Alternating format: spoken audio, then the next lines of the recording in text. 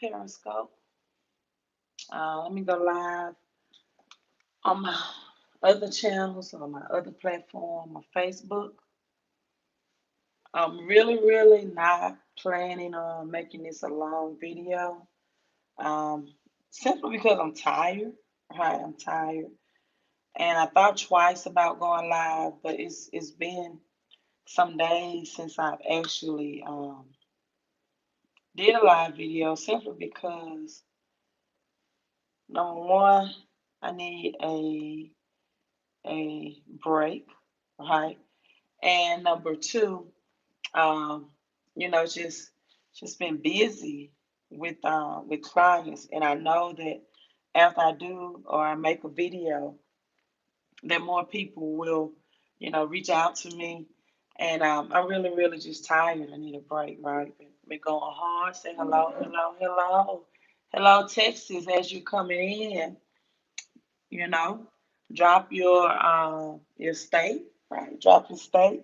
And I'm going, as I stated earlier, I'm going to go right into the topic. I'm just coming from the gym, so I'm sorry for switching my hair back and forth, but I'm just trying to make sure that it's it's it's um it's every piece is in the best places. So she'll come in, um, drop her state, right? Kind of brighten it up a little bit. I don't know if you all can see the board, or drop your city, or drop both, whatever you want to do. But I want to come live tonight because I want to discuss debt collections, right? Good evening for Florida, from Texas. YouTube, give me some thumbs up. Facebook, Periscope, show some digital love. Hit some hearts, hit that like and hit share. Hello from Michigan. Hello. So if y'all don't know me, it's your first time joining in. I was known as the Queen of Credit, right? And sometimes Queen of Cash Flow, and sometimes Queen of Collectors, Debt Collectors. So my purpose is doing this is for entertainment purposes only, right? I can't say that I'm acting as a place of a lawyer and giving you any legal advice. But most of the questions that I get, and these have been my own personal experiences, right? And most of the questions that I get is, "Hey, I disputed some debt, and do debt collection, debt validation really work? Does debt validation really work, and how does it work? Will debt validation have me in a position where I owe nothing towards the account, right? Where I don't owe anything, I'm not liable for the account. And what does debt validation mean? Well, I'm going to break that down to you, hopefully in the next 10 minutes, right? And tell you what does not constitute debt validation, right? So if you're on the internet, oftentimes you will see these free templates that they give for debt validation. And in these templates, it will suggest, I'm trying to pull up my notes here. It will suggest that you need to ask the creditor or the debt collector, right? For do they have a signed document with your signature? Um, are you legal to collect in my state? Right? This whole list of things, and I just want to tell you that that's not needed or required for debt validation, right? Asking those type of questions. And I'm trying to pull them up because I had my. Give me a second so I can be very precise on things that you'll see on free templates on the internet that it will request that you ask, right? But it's not necessary in the debt validation process. So let me see, can I pull it up? If not, I'll just go from memory, but I don't want to go from memory because I had them in my notes. Okay, here I go. So this is what you do not need to include in debt validation. What the money you say I owe is for, explain and show to me how you calculated what you say I owe. Provide me copies of any papers that show I agreed to pay what you say I owe. Provide the statute of limitations, and has it not expired on this account, right? Show me that you are licensed to collect in my state. Provide me with your license number and registered agency. So those questions that you get from a free template um, do not constitute as debt validation. Now, I will inform you of this. I personally have used debt validation, and not only have I saved thousands of dollars because the debt was not the requirement of the paperwork for my own personal self was not validated, or it was not. I'm sorry, I see something in here. It was not, they didn't have all the documentation and file. So I personally can tell you I had surgery with endometriosis, thousands of medical bills from my own personal stories and personal success. I can tell you that it works. So let me use this whiteboard and give you a little lesson. Hopefully you all can see this pretty well. So there are two types of um, companies. It's not writing it well. Um, that purchase your debt. Let me try to change colors. So the first type of company, if you have, you can't hardly see, but it's debt buyers, right? Debt buyers, and then you have third party collection agencies.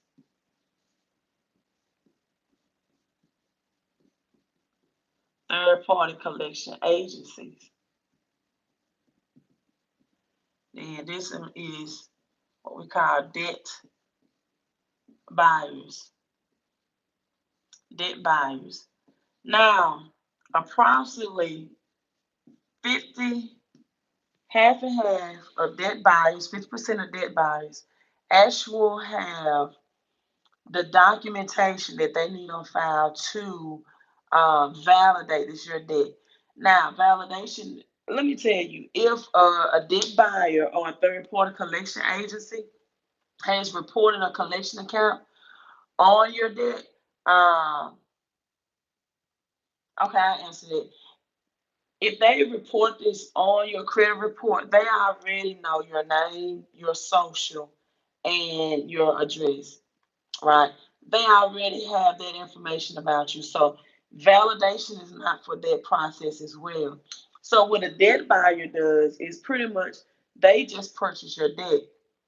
A third party collection agencies or agency, the original account holder or the original company will hire them to collect from you, and they will receive a commission. So this person, if you look on your credit report, it'll have either a debt buyer or it'll have collection agency. This third party collection agencies, 9 times out of 10, have more information and documentation from you because they are hired directly from the original creditor. Bank of America, whether it's a medical bill, American Express, Capital One, if they sell your debt, they will sell to a third party collection agency. The collection agency will have more information about the debt than a debt buyer. What a debt buyer do is purchase your debt. Thank you for the digital love. A debt buyer just buys your debt dirt cheap, right? They usually don't have the documentation with it, and they buy it for pennies, and then they sell it for dollars, right? The third party collection agency, they make 50% commission for a debt that's $1,000 or less, and then it gets to 25% commission for a debt that they are able to collect between $1,000 and $5,000, and then I think 10% for $5,000 and above, right? And so they get paid off of commission, but your debt buyer purchase your dirt cheap and for pennies on the dollar. Now, some people have asked the question, um, will I be sued or taken to court if I ask to validate a debt? The answer is a debt collector or debt buyer or collection agency. Either or can take you to court. And you don't have to act. I'll be honest with you. Oftentimes, people that don't request for debt validation are the ones that are taken to court. Versus because they just put the letters to the side and they do nothing. So this is like, as I said, for entertainment purposes only. I'm not a lawyer, and I'm not acting as a lawyer. Just my own personal experience and results. That when a third party collection agency buys your debt, right? They can have the documentation on file. They can have it, but they must have the proof of burden to prove it, right? They must have the burden of proof. So if they take you to court, it is up to them to provide the burden of proof. That means they must have witnesses in place to prove that you actually made the transactions on the account and that you actually owe. With a debt buyer, usually accounts like telemarketing accounts, utility bills, and medical bills usually have no documentation behind them. Now, medical bills, like I said earlier in the video, I had endometriosis. I got a lot of my medical bills a long time ago, some years ago, sold to debt buyers, right? And I found out two things in this process. Number one, it was a violation of my Privacy Rights Act. Thank you for the digital love, Periscope. And number two, with medical bills, it was twofold. It was two ways that not only was it against my privacy rights, because once they bought the debt or purchased the debt, then the itemized statement of what procedures was done medically had to be released, and that was against legal rights of the Fair Debt Collection Practices Act, but also with medical debts, then it's against federal law for them to provide itemized statement or a printout of a bill and say this is validation.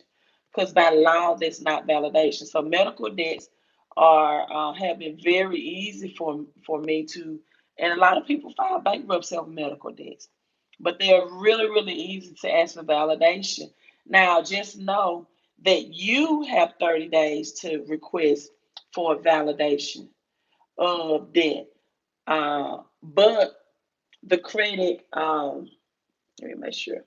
The debt buyer or the collection agency, they don't have 30 days. Meaning they can take 30 days, it can take up to 6 months for them to validate the debt. So for them, it is no time frame. But if you don't ask for 30 days within that 30-day time frame, then you relinquish your rights, you know. And so you want to be able to do that and to know how to ask the appropriate way and to know what you're asking for. So if you're watching the replay or you're coming in now, you need to go back and watch the beginning of this video because I discussed what what debt validation was not. Not if they're a registered agent in your state. Not is the debt is what you say they owe it for. You're not even asking to verify who you are, right? Because if it's already reported on your credit report, they already have your social, your address, and your first, middle, and last name because the collection is reported. So those are false information that you get for free on the internet about what that validation is. Now, with third party collection agencies, they may have some of your documentation because, once again, they are working directly with the original creditor. They're not just, see, debt buyers just buy your debt, right? They buy it, they don't buy the documentation needed with it. But the third party collection agency may be more accurate and they may have more documentation, but they still have the burden of proof to prove that you made the transactions of the debt that they're trying to collect. And for example, like myself, I was a victim of identity theft, And so the transactions for the balance that they were trying to prove were inaccurate by the third party collection agency due to transactions made to identity theft. And therefore, because they didn't have all the account balances and notations and interest charge correct, then the debt, the burden of proof could not be proven, right? Because of that identity or fraudulent transactions on some of, on the account. Now, the next question I get is, does this mean that I can get a delete off my credit report and I can legally owe nothing if they don't have proper validation? The answer to that is absolutely yes. As a matter of fact, if you have received a letter from a debt buyer or a third party collection agency, and then within a couple of days or a week, it's placed on your credit report. Did you know whether you're watching this live in the replays or the replay? Did you know? I want you to answer this yes or no.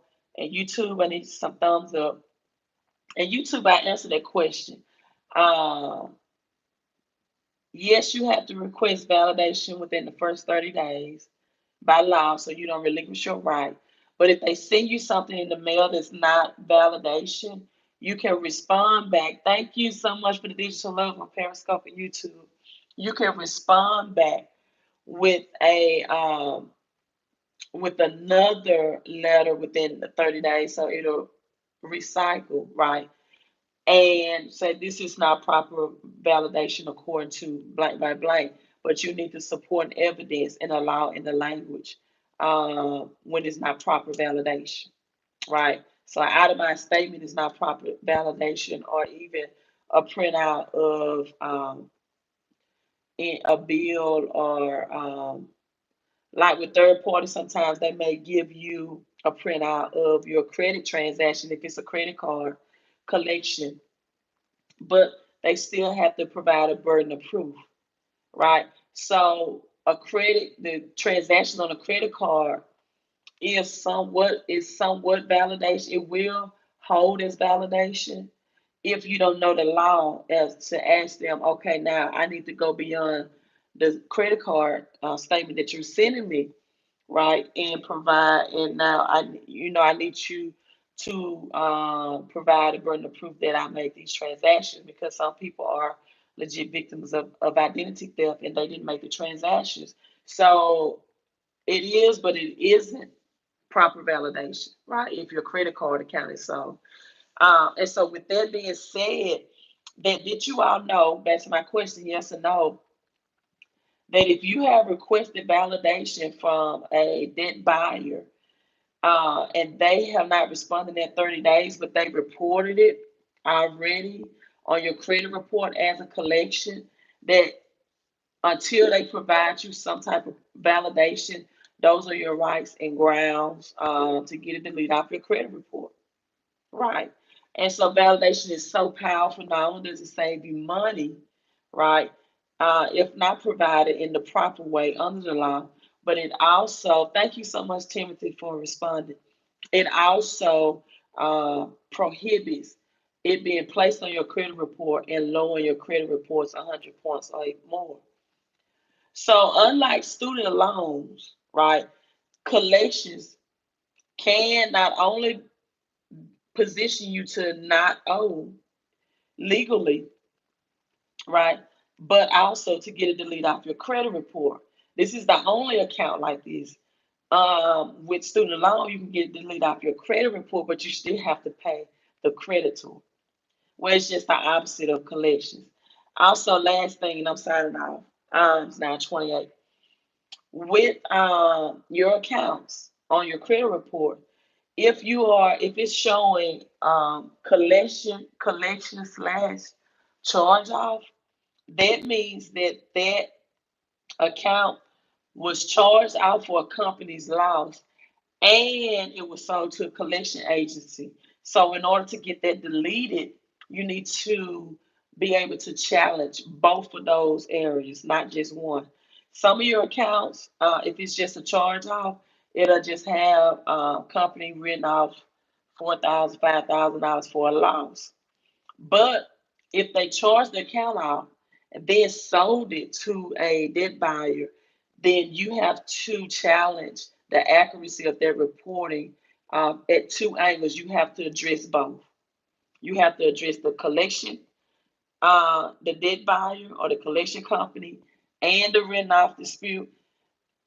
And so, with that, that's how you read that on your credit report. You have to dispute both. In that situation, some people have collection slash charge off or written off for, $5,441, whatever the amount was. And then some accounts would just say charge off. Not every account sell their, not every company sell their accounts to collection agencies, right? And so those are two different methods to dispute to get charged off and collection deleted off your credit report. So hey, I'm signing out. Thanks for tuning in for the Queen of Credit. Visit my website. Somebody put in my website for me, www.fix. Thank you so much on Periscope, and thank you so much for the digital love and those purple hearts all the way through. But www.fixmycreditandcash.com. www.fixmycreditandcash.com. One more thing. If you pay $5 to a debt collector, before asking for validation, you have just agreed to the debt and to the account, and you have just entered into a contract that it is yours because you have submitted payment. So before you do that, whether you verbally agree over the phone, if they call you on the phone, ask, is this your name? Because they have more Miranda rights. They have to identify themselves as a debt collector. Um, on my Periscope, I'm Queen of Credit. They have to identify themselves as the debt collector. So if you get a phone call and they ask you, hello, am I speaking with Mr. or Mrs. John Doe? Your response should be, my ass who's calling, because those are means of verification as well. When they call you, they are verifying. They want to know, do I have the correct number? Am I speaking to the correct person? You make an agreement with them, and if you send them in a payment and they process it, even if it's as little as $5, uh, hey, Mr. Beasley, how you doing? Then you have agreed to the debt and you have locked yourself into a contract. So all those laws under the Fair Debt Collection Practices Act, you have just voided out, right? And at that point, it's harder to get it deleted off your credit report. I'm not saying it's impossible, but you just made it more difficult. My website again is www.fixmycreditandcash.com. You all have a great night.